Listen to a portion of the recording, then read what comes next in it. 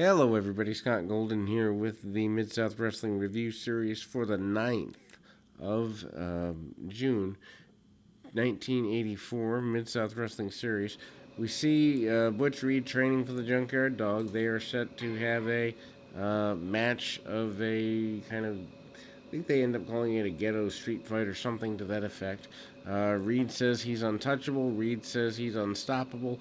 Reed says he's going to teach the dog a new lesson, and we see him doing bicep curls, posing, and all of that. Reed certainly full of himself as a former tag team and North American champion, looking like $1,000,000 at least in his own mind. We do see the return of Buddy Landel against Mike Jackson, Nature Boy Buddy Landel, kind of a rip-off of Ric Flair, who is a rip-off of Buddy Rogers. Jackson with the arm drag early, and Landell tries to take him over with the headlock, head scissors takeover, basic stuff there. Float over nicely done by Jackson. Jackson and Landell switch headlocks a couple of times. They're pretty aggressive with each other, trying to get as much of an offense as they can. Drop kick under the chin by Jackson. Jackson with the Irish whip, and then that's blocked off. So a series of hip tosses is what we get next. Irish whiffs continue, and Landell is less than happy with that. Drives the man right into the mat. Landell doing the majority of selling, but at the same time manages to be dominant throughout the match proceeding. Takeover by Landell. Landell hits the knee drop right across the shoulder or right across the chest and hooks the leg. Jackson actually comes out of the back door on that, which is a bit of a surprise in the enhancement match. Big body slam release style by Landell. Landell with the elbow drop of a corkscrew nature and gets the pin eventually and successfully wins the match. The Junkyard Dog basically says that in no uncertain terms that Reed needs to be dealt with. Reed basically is a racist and needs to be handled once and for all. Doesn't exactly call him a racist, but the implication is made. Bad Bob Owens is up next against Sonny King. Of course, there is lethal, aggression to be had when King is found to be a supporter of the Junkyard Dog by Butch Reed and Buddy Landell and everyone associated with that. King, though, at this point manages a few shots under the chin, does everything he can to get things going his way, looks to be in $1,000,000 worth of shape, and big body slam by King there. King manages to pull the man up, continues to go at the man, and is pretty basically simple with what's going on. Shot to the midsection by King, and King certainly sends his man into the buckle, continues going at it with him, and some kicks along the way. King not managing to want to waste any extra time, and certainly not doing so with the way in which he's handling this match. Hopefully, you cannot hear. There are many sounds as I am recording this on New Year's Eve, and people are making lots of racket. If you can hear that, we're going to continue recording anyway. Regardless, the continued brawl of the process, the Irish whip, and a big back body drop by Sonny King. King never really gets, I guess you'd say, a main event run anywhere, but does have a good run here. Headbutt by King, and he gets the victory there. Midnight Express up next. Mark Reagan and Buddy West providing the opposition. And obviously, the two are going to go at things in the best way they know how.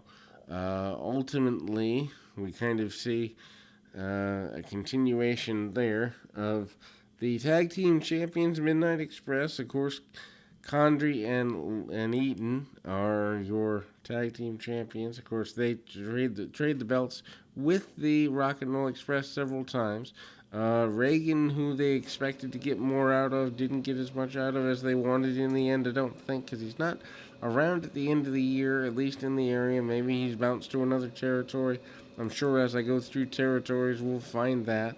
Certainly starting 85, which is the last of the years available on the network. I'm going to go back and other sources, see if I can find either some earlier 81 stuff or maybe some 87 stuff. We'll see what we can do, but we're going to do the best we can. Anyway, Head Scissors Takeover by Reagan, who really does, to be fair, have a lot of promise, but Bobby Eaton comes down with a bit of a hammer boom.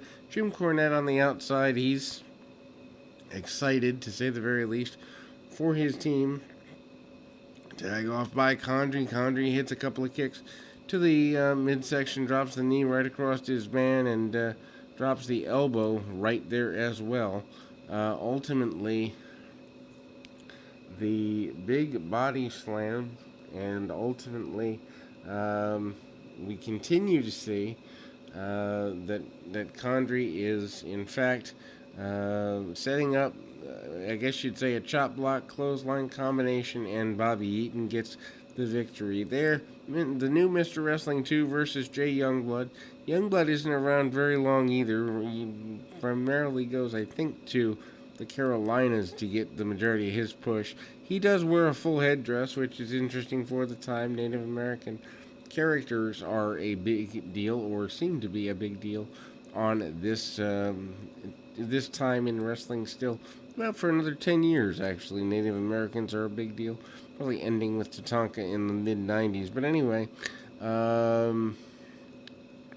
hook up by Wrestling 2, who misses with an elbow drop, and that's only after Youngblood had missed with one of his own. Side headlock, takeover, and working the walk up the rope spot, among other things, is Youngblood.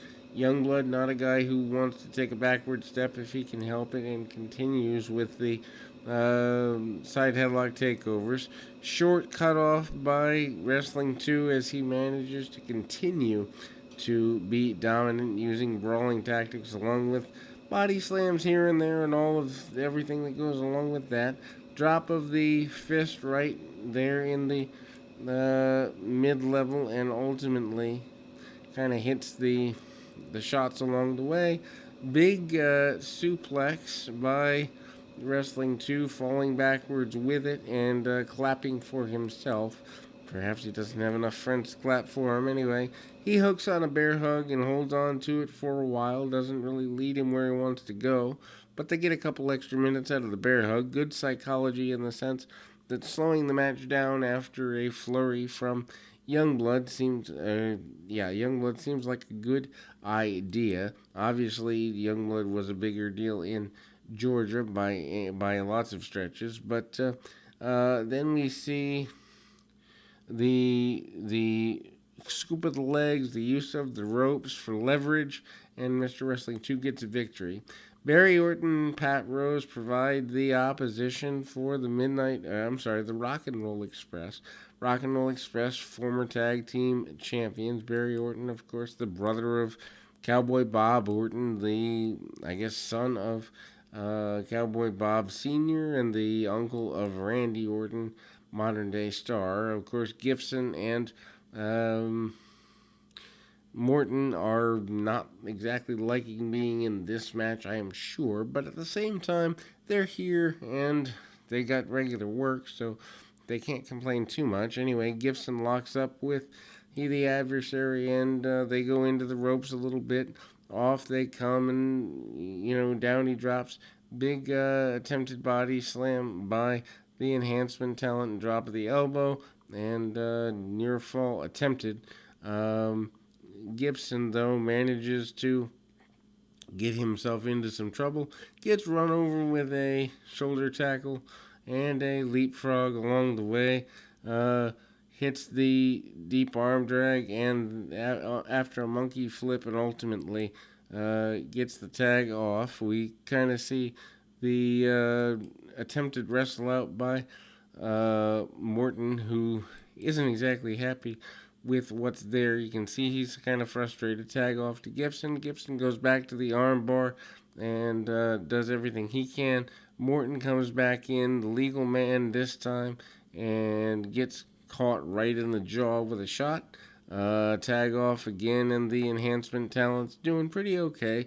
Bill Watts certainly is good at giving his enhancement guys a little bit of extra oomph, so to speak, and ultimately that leads to a good place to be for them.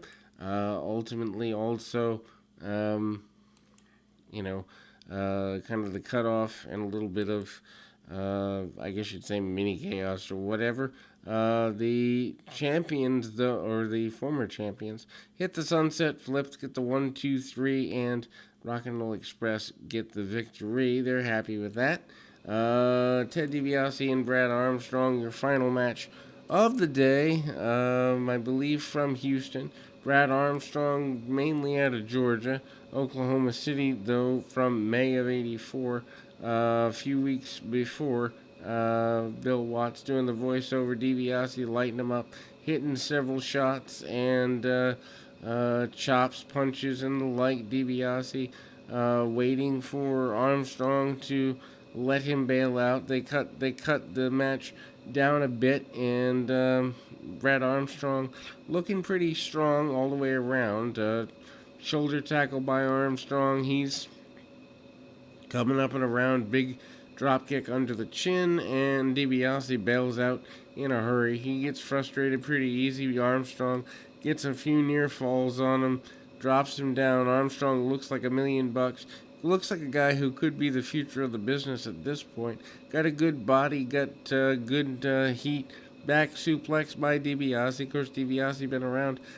First refereeing in '74 and then wrestling a couple years later. So by this point, he's been around for 10 years in one capacity in the sport or another, plus being second generation with both his mother and father or stepfather as wrestlers. DiBiase to the top of the head with a shot and goes for the sleeper hold. And they really do get a good bit of time out of this. Clothesline there. DiBiase cuts him off. DiBiase still heel-ish, but not a full heel in the area at the time. It doesn't look like. Shot to the midsection by Armstrong, who fires back with a series of babyface shots and comes right under DiBiase's chin with a drop kick among several punches. They do the 10 punches spot in the corner, which is obviously just goofy. DiBiase digs in the tights, grabs a weapon, and lays out his adversary. Lays the arm over, and 1, 2, 3, DiBiase gets the win, and that will close us for tonight. We'll be back with more right after this.